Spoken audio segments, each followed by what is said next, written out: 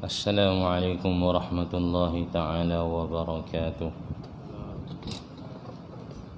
Alhamdulillahi rabbil alamin wa bihi nasta'inu ala umuri dunya waddin. Wassalatu wassalamu ala ashrafil anbiya'i wal mursalin sayyidina Muhammadin wa ala alihi wa sahbihi ajma'in. Subhanaka la ilma lana illa ma 'allamtana innaka antal alimul hakim. Subhanaka la ma fahma lana illa ma fahamtana innaka antal jawadul karim. Rabbi shrah li sadri wa yassir li amri wahlul 'uqdatam min lisani yafqahu qawli. Nawaitu at-ta'alluma wat-ta'lim wat-tadhakkura wat-tadhkir wan-naf'a wal-intifa' wal-ifadata wal-istifada wal-hatha 'ala tamassuki bi sunnati bi kitabillahi wa sunnati rasulih ibtigha'a mardatillahi wa qurbihi wa thawabihi. Alhamdulillah, syukur kita pada Allah Subhanahu wa taala. Allah Subhanahu wa taala masih memberi kita peluang dan ruang untuk membina kehidupan akhirat kita. Apabila selesai saja kita salat, kita mengucapkan istighfar, memohon kepada Allah keampunan, memohon dari Allah yaitu assalam. Allahumma antas salam wa minkas salam tabarakta ya dzal jalali wal ikram. Semoga sejahteralah ke atas kita dan masuk syurga dengan sejahtera apabila kita menyempurnakan amal. InsyaAllah kita menyambung kita punya pembelajaran, yaitu peperangan Badar. Mungkin kita akan skip peperangan ini sehingga sampai ke kehidupan baginda sallallahu alaihi wasallam, iaitu hari sakitnya baginda, dan kita akan masuk ke kitab yang lain insya-Allah. Maknanya peperangan-peperangan ini kita akan skip. Kita cuma habisi peperangan Badar dan peperangan yang paling sengit dalam Islam, iaitu peperangan Uhud. Kemudian kita akan skip sampai ke rumah tangga Nabi lah insya-Allah. Mungkin peperangan-peperangan seterusnya itu tidak, kita kata tidak begitu penting. Penting untuk kita tahu je lah, tapi bukan kita dalam membahaskan dalam bekalan kehidupan kita ini.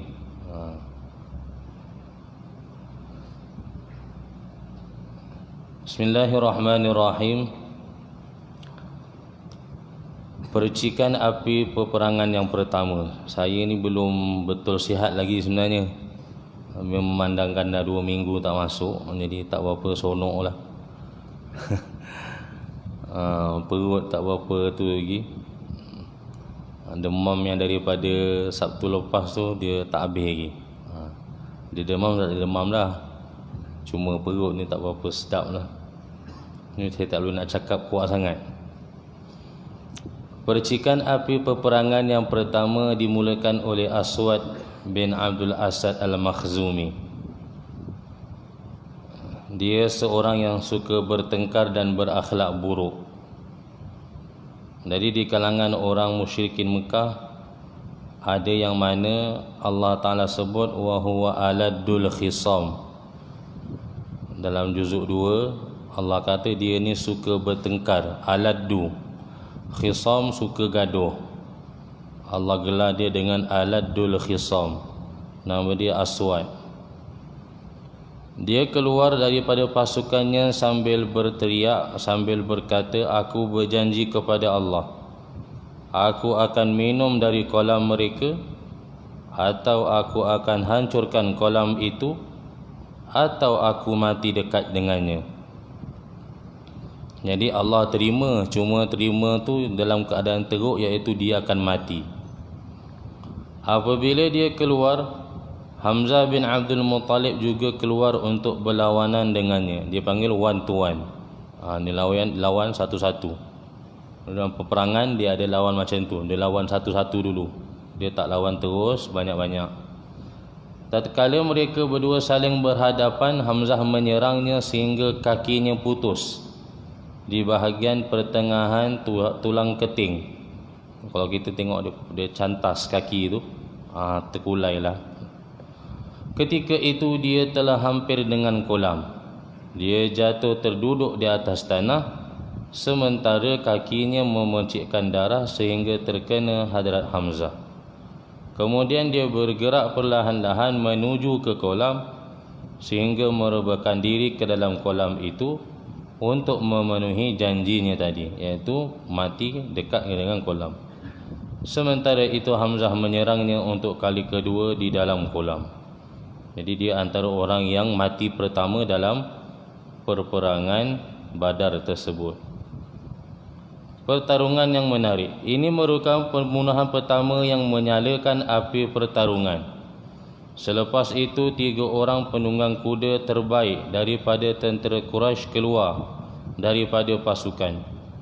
Mereka berasal daripada satu keluarga yang sama, iaitu Utbah, Syaibah, Walid bin Utbah bin Rabi'ah. Syaibah bin Rabi'ah tu adik-beradik. Lepas tu anak kepada Utbah, iaitu Walid bin Utbah. Apabila mereka keluar daripada barisan untuk meminta bertarung, dia keluar macam tadi seorang-seorang. Oleh itu 3 orang pemuda Ansar keluar untuk menyahut cabaran mereka. Mereka adalah Auf bin Haris, Muawis bin Haris dan Abdullah bin Rawahah. 3 orang Quraisy pun bertanya, siapakah kamu? 3 orang Ansar menjawab, sekumpulan daripada Ansar. Sebab tentera ni paling ramai daripada Ansar, daripada orang Madinah sendiri.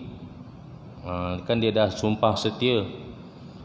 3 orang Quraisy pun berkata, wahai orang Ansar, kami tidak ada masalah dengan kamu. Kami mencari saudara-saudara kami. Kemudian salah seorang daripada mereka menjerit, hai Muhammad, keluarkanlah orang-orang kaum kita sendiri. Maka Rasulullah berkata, pergilah Ubaidah bin Haris, pergilah Hamzah, pergilah Ali. Jadi tak ramai pun daripada di kalangan muhajirin. Maka keluarlah Ubaidah bin Haris, Hamzah tadi bin Abi Talib dan juga Ali bin Abi Hamzah bin Abdul Muttalib dan juga Ali bin Abi Talib. Ketika 3 orang yang diarahkan oleh Rasulullah pergi dan telah berada dekat dengan 3 orang Quraisy, maka 3 orang pun bertanya, siapa kamu? Dia tanya tu sebab dia bertutup kan, berlitup macam tu, jadi dia tak tahu. Dia tanya siapa? Setelah 3 orang yang ditunjuk oleh Rasulullah menjawab pertanyaan 3 orang Quraisy, 3 orang Quraisy pun berkata, kamu adalah orang-orang terhormat dalam kalangan bangsa kamu. Dia macam apa ni panggil, cuba cetuskan. Dia kata, takkan kau ni orang hormat, takkan kau nak lawan aku. Kami hormat, kamu pun orang hormat. Tapi mereka tak terkesan dengan ajakan tersebut. Ubaidah yang paling tua menentang Utbah bin Rabi'ah. Hamzah pula menentang Syaibah dan Ali pula menentang Walid bin Utbah. Hamzah dan Ali tidak mempunyai masalah untuk membunuh lawan mereka. Sedangkan Ubaidah terpaksa berhempas pulas dan menerima tentangan yang sengit, sehingga berlakunya perlawanan yang panjang di mana masing-masing daripada mereka berdua saling melemahkan lawannya. Kemudian Ali dan Hamzah menyerang Utbah sekaligus membunuhnya. Selepas itu mereka menetak kakinya hingga putus. Ubaidah masih bernasib baik sehingga dia mati di Safra 4 atau 5 hari sewaktu peperangan Badar. ketika tentera Islam berada dalam perjalanan pulang ke Madinah. Ali bersumpah atas nama Allah, sesungguhnya ayat ini turun berkenaan tentang mereka. Hadzani khasmani ikhtasamu fi rabbihim falladzina kafaru qutti'at lahum thiyabun min nar yusabbu min fawqi ru'usihimul hamim. Dalam juzuk 17 Allah Ta'ala sebut, inilah dua pihak yang saling bertarung demi membela agama Allah, demi membela Tuhan mereka. Serangan menyeluruh ini merupakan permulaan yang teruk bagi orang-orang musyrikin, kerana mereka telah kehilangan 3 penunggang kuda terbaik, Utbah tadi, Syaibah dan juga Walid. Di samping itu, pada waktu yang sama mereka telah kehilangan 3 panglima mereka pada satu waktu. Kemarahan mereka memuncak sehingga mereka menyerang tentera Islam secara serentak. Jadi bila dah mati dia punya para jurid tadi, dia pun serang. Walaupun tentera Islam telah memperoleh kemenangan daripada pertolongan daripada Allah, mereka sentiasa mengikhlaskan diri serta sentiasa merendahkan diri di hadapan Allah. Mereka menghadapi serangan musyrikin yang bertubi-tubi itu. Mereka mengambil langkah berjaga-jaga dan mengambil langkah untuk bertahan. Dengan itu tentera Islam berjaya membuat tentera musyrikin mengalami kekalahan. Mereka berkata, Ahad, Ahad, Esa, Esa. Jadi dalam peperangan, walaupun dah nampak tanda-tanda kemenangan, mereka masih lagi menjaga adab. Kalau kita nampak dah macam nak boleh menang, dah bersorak dah, kan? Rupa-rupanya kampung tergadai. Dia tak ada, dia jaga adab dia. Apa adab dia? Iaitu ikhlas lillahi ta'ala. Setelah memeriksa barisan tenteranya, Rasulullah kembali ke markas utama dan Rasulullah memohon kepada Allah agar menurunkan kemenangan yang telah dijanjikannya. Baginda berdoa, Ya Allah, berikanlah kepadaku apa yang pernah Engkau janjikan untukku. Ya Allah, sesungguhnya aku memohon kepadamu agar Engkau penuhi ikrar dan janjimu. Setelah peperangan meletus hingga sampai ke kemuncaknya, Rasulullah berdoa lagi, Ya Allah, jika Kau hancurkan kami pada hari ini, in lam nuhlik, kalaulah Kau hancurkan kami, maka fa innaka lam tu'bad, Engkau tidak akan disembah. Seolah-olah Nabi mendesak, Ya Allah, jika seperti itu yang Kau inginkan, maka Engkau tidak akan disembah setelah hari ini untuk selama-lamanya. Lan tu'bad abada. Bersungguh-sungguh Rasulullah berdoa sehingga kain di bahunya jatuh ke bawah. Kemudian Abu Bakar Siddiq mengambilnya, lalu diletakkan semula di bahu baginda.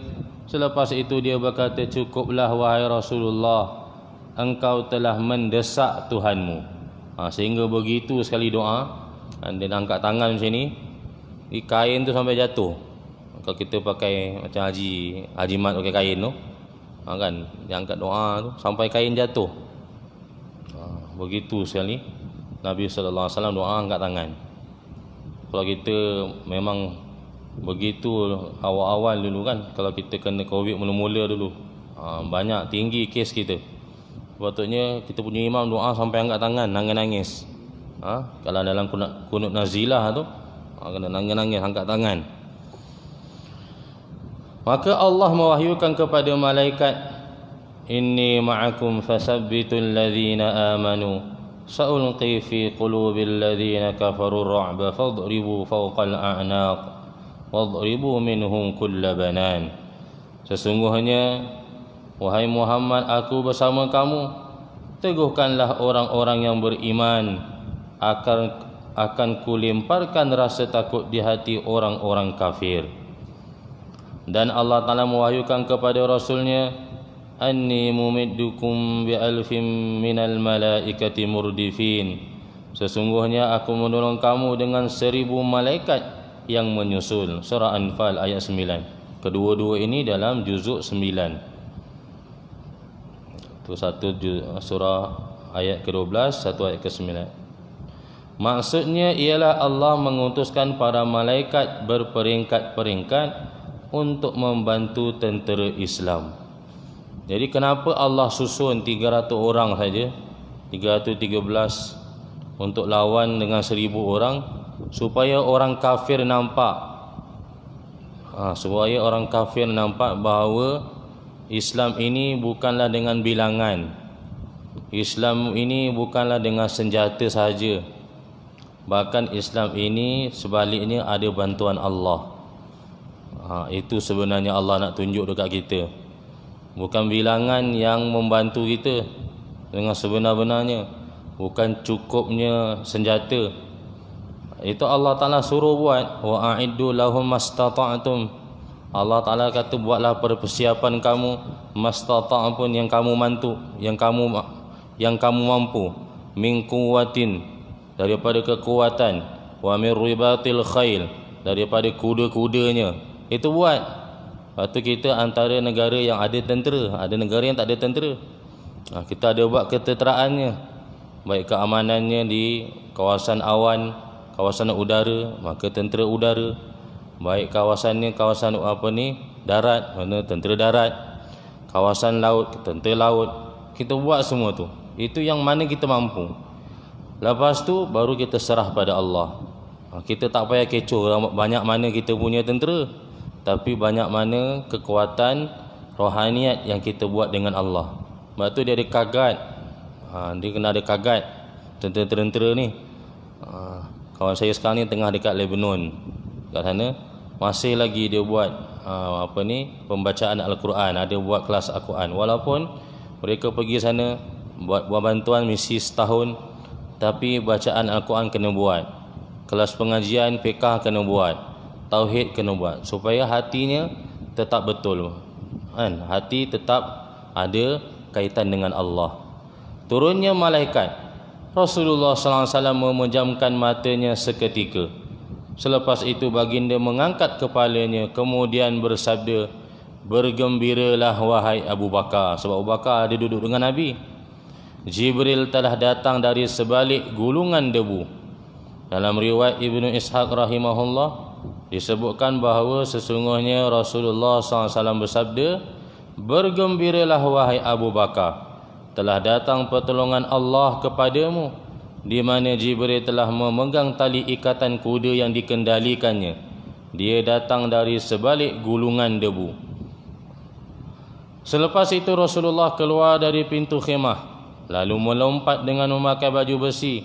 Baginda membaca ayat, sayuhzamul jam'u wa yuwallunad dubur. Kumpulan itu pasti akan dikalahkan dan mereka akan dipukul sehingga berundur ke belakang. Ini dalam juzuk 27 Allah Ta'ala sebut dalam suratul Qamar, sayuhzamul jam'u wa yuwallunad dubur, juzuk 27. Kemudian baginda mengambil batuan halus dengan kedua-dua genggam telapak tangannya, lalu membawanya mendatangi orang-orang Quraisy. Baginda berkata, syahatil wujuh, syahatil wujuh, wajah-wajah, buruklah wajah-wajah yang ini. Dia isyaratkan muka-muka musuh depan ni. Syahatil wujuh, syahatil wujuh. Baginda telah menghujani wajah mereka dengan batuan yang halus itu. Maka tidak terlepas seorang pun daripada pasukan musyrikin melainkan mata, telinga, hidung dan mulutnya terkena batuan halus tersebut. Tentang hal ini Allah Ta'ala telah menurunkan ayat, wa ma ramaita idh ramaita walakinallaha rama. Dan bukanlah kamu yang melempar tatkala kamu melempar, tetapi Allah lah yang melempar. Tapi kalau ada roadblock macam tadi kan, pagi tadi ada roadblock, janganlah ambil pasir tepi-tepi tu, berhenti dekat apa tu, hardware tu, ada pasir tak? Kan ada pasir, nak baca apa tu jangan. Memang dia tahan je kau. Kona-kona je betul-betul depan pharmacy Abang Rahim kita kan. Dia senyum. Pada masa itu Rasulullah sallallahu alaihi wasallam mengeluarkan arahan kepada pasukannya untuk membalas serangan. Kemudian baginda bersabda, kuatkanlah semangat. Baginda juga membangkitkan semangat mereka untuk terus berperang dengan bersabda, demi zat yang diri Muhammad berada di tangannya, tidaklah seseorang memerangi mereka pada hari ini kemudian dia terbunuh dalam keadaan sabar, mengharapkan keredaan Allah, serta terus maju ke hadapan dan tidak berundur, melainkan Allah memasukkannya ke dalam syurga. Jadi Nabi dia ada juga kata-kata semangat dia. Kalau kita pun ada dalam prajurit-prajurit kita pun ada dia punya kata-kata semangat. Tu dia bukan reka-reka. Cuma tinggal lagi kita kena maklumkan kat dia lah. Ni semua ada dalam sunnah. Dia ada kata semangat dia. Baginda sentiasa membakar semangat mereka untuk berperang dengan bersabda, bangkitlah kamu menuju syurga yang luasnya seluas langit dan bumi. Arduha ka'ardis sama'i wal ard. Pada waktu itu Umair bin Humam berkata, hebat, hebat. Maka Rasulullah bertanya, apa yang membuat kamu kata hebat, hebat ni? Umair menjawab, tidak ada apa-apa demi Allah, wahai Rasulullah. Aku hanya berharap semoga dapat menjadi penghuni syurga. Maka Rasulullah bersabda, sesungguhnya engkau termasuk penghuninya. Umair telah mengeluarkan beberapa butir kurma daripada tabung bekalannya, lalu makan sebahagiannya. Kemudian dia berkata, jika aku hidup lagi, maka aku boleh memakan baki kurmaku ini. Dia membuang baki kurma yang masih ada, lalu memerangi orang-orang musyrikin sehingga dia terbunuh. Ni kita tak boleh kata, membazir pula dia ni. Tak boleh. Dia ada semangat dalam perang tu, dia ada panggil ada semangat. Auf bin Harith bertanya kepada Rasulullah, wahai Rasulullah, apakah yang dapat membuat Rabb tersenyum terhadap hamba-Nya? Apakah yang dapat membuat Tuhan tersenyum terhadap hamba-Nya? Baginda menjawab, jika dia menghulurkan tangannya ke tengah pasukan musuh tanpa pelindung, maka ketika itu pula Auf melucutkan baju besinya yang digunakan, lalu melemparnya begitu sahaja. Kemudian dia mengambil pedang dan memerangi musuh sehingga dia terbunuh.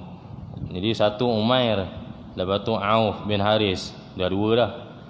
Tatkala Rasulullah mengeluarkan perintah untuk membalas serangan, serangan musuh telah lenyap dan semangat mereka berkurangan. Langkah bijak ini ternyata memberikan impak besar dalam mengukuhkan kedudukan tentera Islam. Sebaik saja menerima perintah untuk menyerang dengan semangat yang tinggi, tentera Islam terus melancarkan serangan untuk mematikan serangan tentera musuh.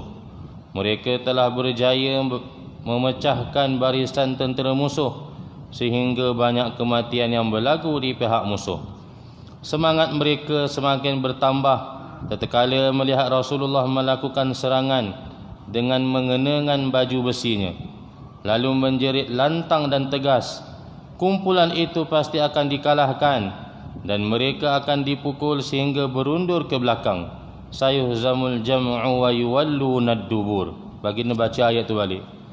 Maka tentera Islam berperang dengan hebat dengan dibantu oleh malaikat.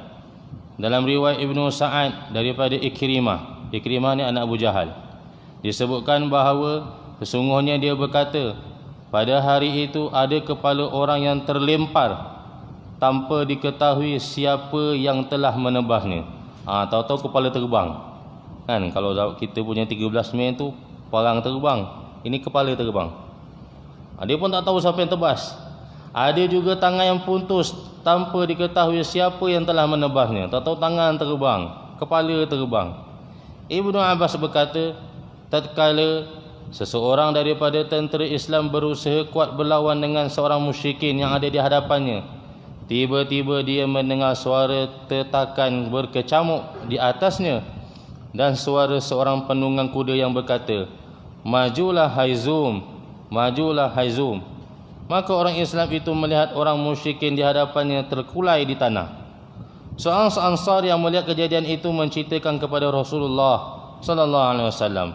Maka baginda bersabda, engkau benar, itulah pertolongan dari langit ketiga. Itu dalam hadis riwayat Imam Muslim. Al-Daud Al-Mazini berkata, semasa aku mengejar seorang musyrikin untuk memengalnya, tiba-tiba kepalanya terjatuh di tanah sebelum pedangku sempat mengenainya. Tak sempat mengena, kepala dah tertanggal. Maka aku tahu sesungguhnya dia telah dibunuh oleh seseorang selain diriku. Ada seorang Ansar datang membawa Abbas bin Abdul Muttalib sebagai tawanan. Abbas berkata, demi Allah, bukan orang ini yang menawanku. Tadi aku ditawan oleh seorang lelaki berkepala botak yang wajahnya sangat tampan, dengan menunggang seekor kuda yang warnanya belang-belang. Belum pernah aku melihatnya di tengah-tengah mereka. Orang Ansar itu menyela, akulah yang menawannya, wahai Rasulullah. Maka Rasulullah SAW berkata, diamlah, sesungguhnya Allah telah membantumu dengan satu malaikat yang mulia. Iblis pun lari dari medan perang. Tatkala melihat apa yang dilakukan oleh para malaikat terhadap orang-orang musyrik, maka Iblis yang menyamar sebagai Suraqah bin Malik bin Jushum Al-Mudliji yang sejak mula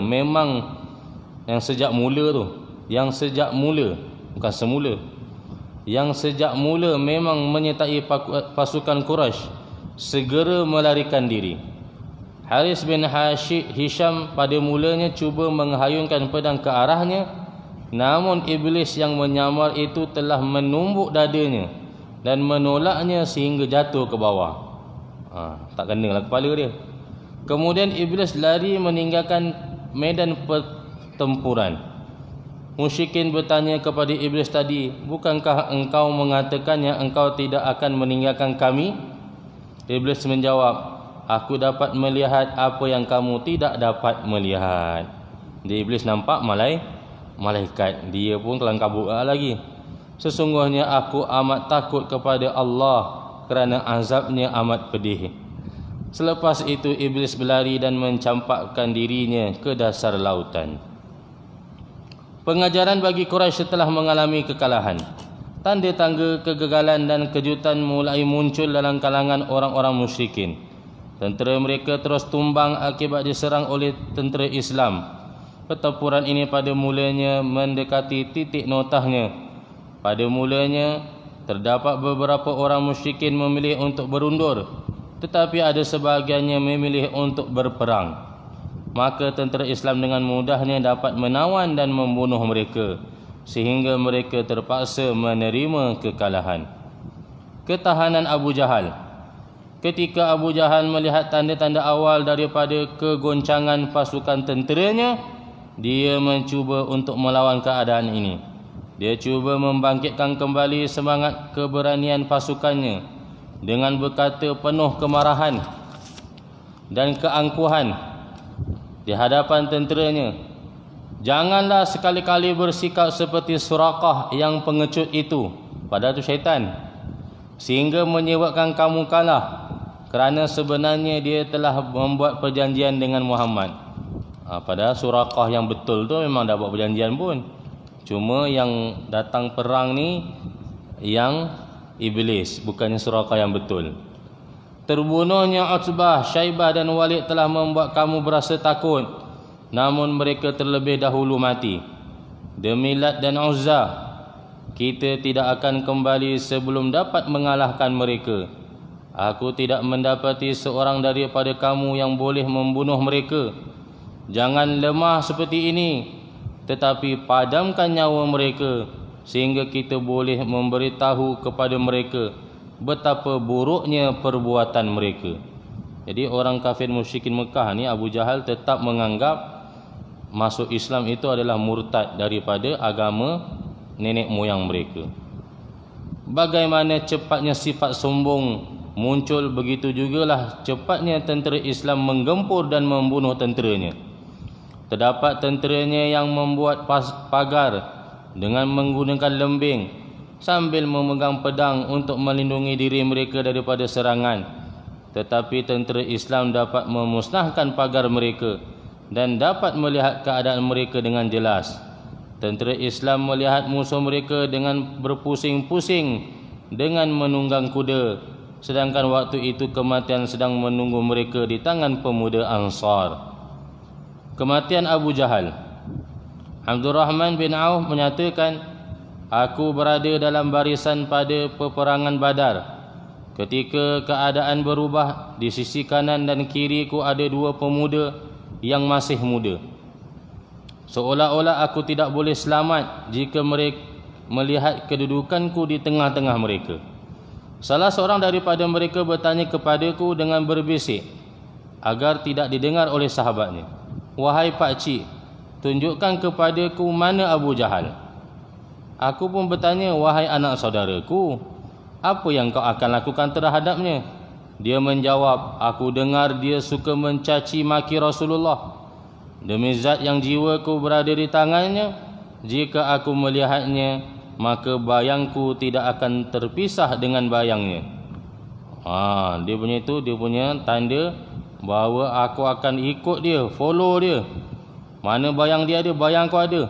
Sehinggalah salah seorang daripada kami mati terlebih dahulu. Aku terpaku mendengar perkataannya. Pemuda yang seorang lagi menghampiriku dan mengatakan hal yang sama. Aku menajamkan pandangan mencari-cari mana Abu Jahal ni, tengok kan. Tadi macam nampak Abu Jahal. Mana?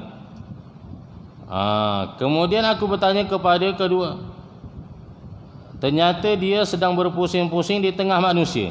Kemudian aku bertanya kepada dua pemuda itu, apakah kamu tidak melihatnya? Dia pun tunjuk, tu Abu Jahal tu, tengok dia tengah pusing-pusing. Itulah sasaran yang kamu tanyakan kepadaku tadi. Dua pemuda itu terus bergerak cepat dengan pedang mereka, lalu menebas dan membunuhnya. Selepas itu mereka berdua menemui Rasulullah. Maka Rasulullah SAW bertanya, siapakah antara kamu berdua yang telah berjaya membunuhnya? Masing-masing menjawab, akulah yang membunuhnya. Rasulullah SAW bertanya lagi, adakah kamu telah mengusap pedangmu? Mereka menjawab, belum. Maka Rasulullah melihat dua pedang tersebut lalu berkata, memang kamu berdua telah membunuhnya. Kemudian Rasulullah memutuskan untuk menyerahkan rampasan harta Abu Jahal kepada Muaz bin Ammar bin Jamuh.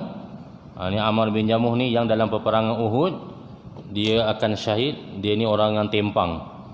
Tempang betul. Dia dua pemuda itu adalah Muaz bin Ammar bin Jamuh dan Muawis bin Afra. Muawis bin Afra.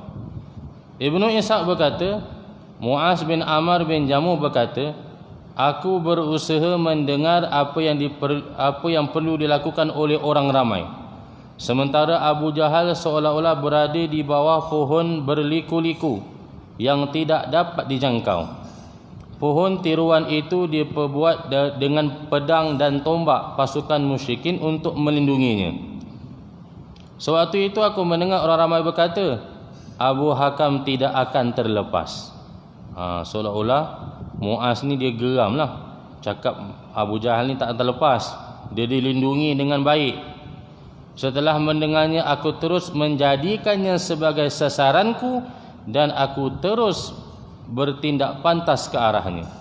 Tatkala jarak telah menghampiriku, lantas aku terus mengejar dan menebasnya sehingga kakinya terpotong di bahagian tengah tulang keting.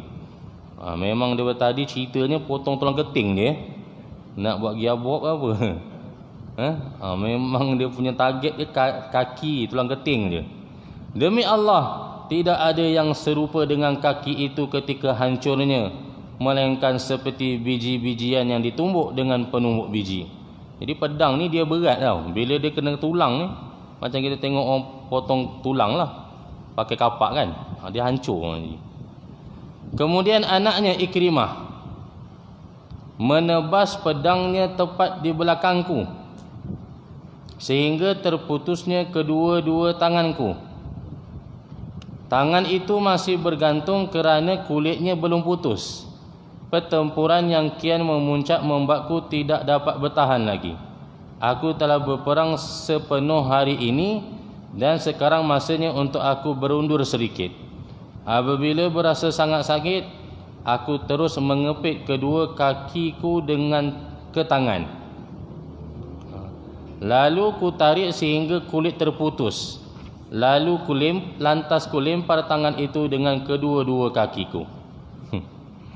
Tangan dia nampak terkulai dia tarik dia. Nampak serabut, susah nak perang. Selepas itu Muawiyah bin Afra menghampiri Abu Jahal sehingga membuatku tercengang. Muawiyah melibaskan pedangnya kepada Abu Jahal sehingga dia terjatuh ke tanah. Selepas itu dia meninggal Abu Jahal dalam keadaan kaku tidak bernyawa. Muawiyah terus berperang sehingga terbunuh.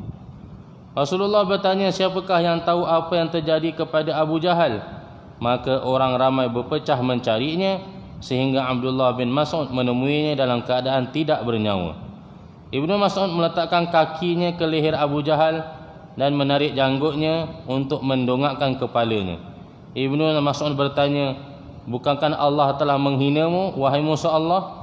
Dia menjawab, dengan apa Allah menghinaku? Adakah kerana aku seorang yang kamu bunuh? Atau kerana aku orang terhormat yang akan kamu bunuh? Jika kamu mampu membunuhku. Dia pun bertanya, katakan kepadaku, milik siapakah daerah ini sekarang? Ibnu Mas'ud menjawab, milik Allah dan Rasulnya. Selepas itu Abu Jahal berkata kepada Ibnu Mas'ud yang masih memijak kaki di lehernya, aku telah mengalami tahap yang paling sukar sekarang ini, wahai pengembala kambing. Ibnu Mas'ud memang seorang pengembala kambing di Mekah. Setelah perbincangan ini, Ibnu Mas'ud memenggal kepala Abu Jahal dan membawanya kepada Rasulullah sallallahu alaihi wasallam. Ibnu Mas'ud berkata, wahai Rasulullah, inilah kepala musuh Allah Abu Jahal. Maka Rasulullah sallallahu alaihi wasallam berkata, demi Allah yang tiada Tuhan selain dia. Rasulullah SAW mengulanginya sampai 3 kali. Kemudian baginda berkata, Allahu Akbar, segala puji bagi Allah yang menepati janjinya, menolong hambanya, menghancurkan musuhnya. Lepaskanlah dan perlihatkanlah kepadaku. Itu dia panggil tu, la ilaha illallah wahdah nasara abdah anjaza wa'dah wa hazamal ahzaba wahdah. Kami pun melepaskannya dan memperlihatkannya kepada baginda. Selepas itu baginda bersabda, ini adalah Fir'aun zaman kita. Abu Jahal dapat title Fir'aun zaman kita ni lah. Azimat keimanan dalam peperangan Badar. Tu ya, habis cerita mengenai habisnya peperangan Badar dan mengenai keimanan mereka-mereka yang dalam menyertai peperangan Badar bersama Rasulullah sallallahu alaihi wasallam. Jadi kita akan sambung nanti baca peperangan Uhud, muka surat berapa tu, 303. Kemudian dalam peperangan Uhud, kerana ini satu-satunya peperangan yang paling dahsyat, mereka kalah pada awalnya, tidak menerima. Kemudian baru kita akan masuk, iaitu isteri Rasulullah SAW.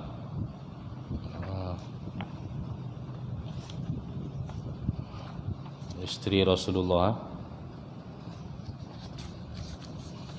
Jadi kita akan habiskan bacaan ni lah.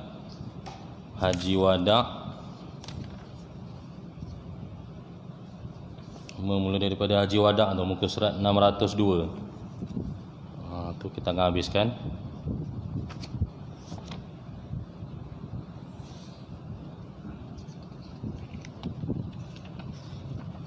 Pasal perang ni dia panjang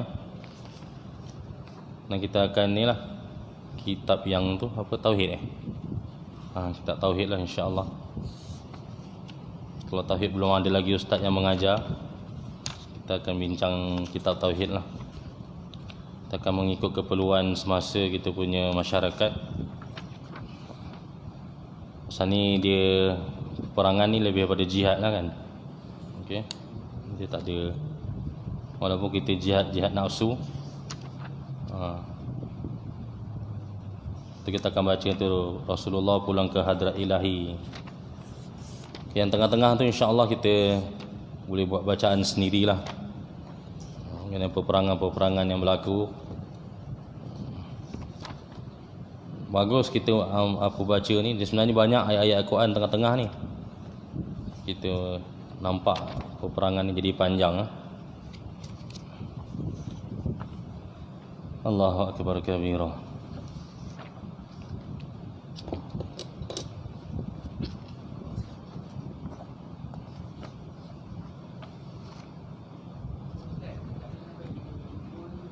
Macam mana?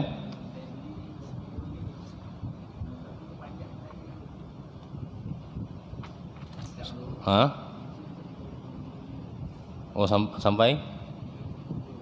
Oh habis lah, betul habis? Tak Haji? Sama tak? Sama ke soal apa? Oh habis dah?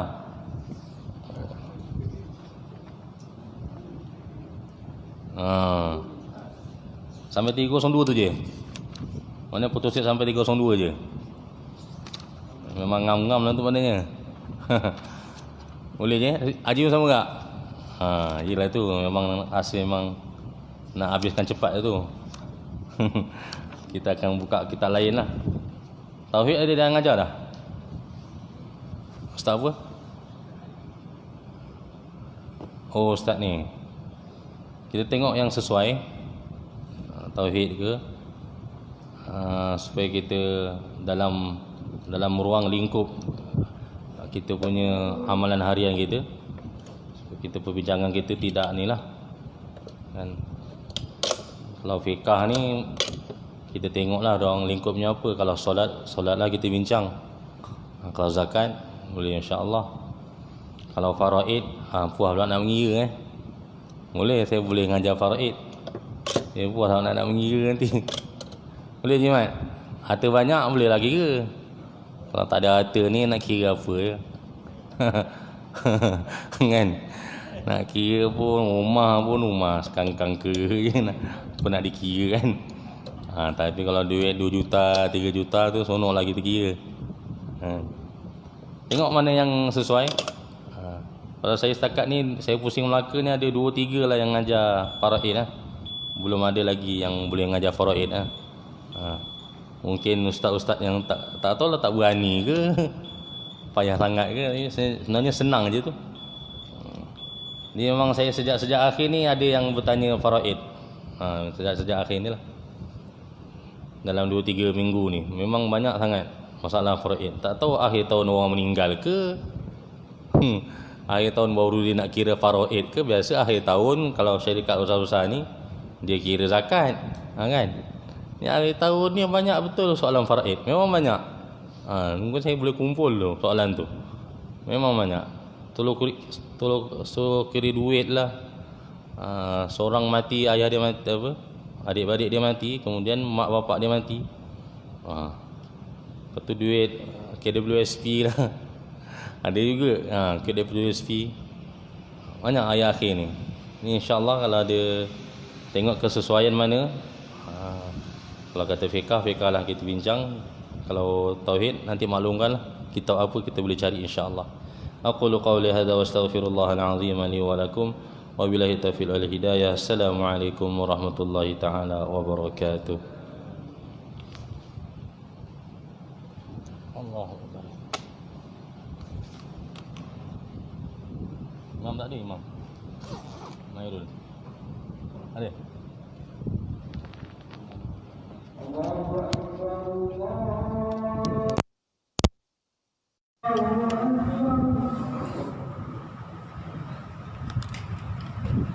Allah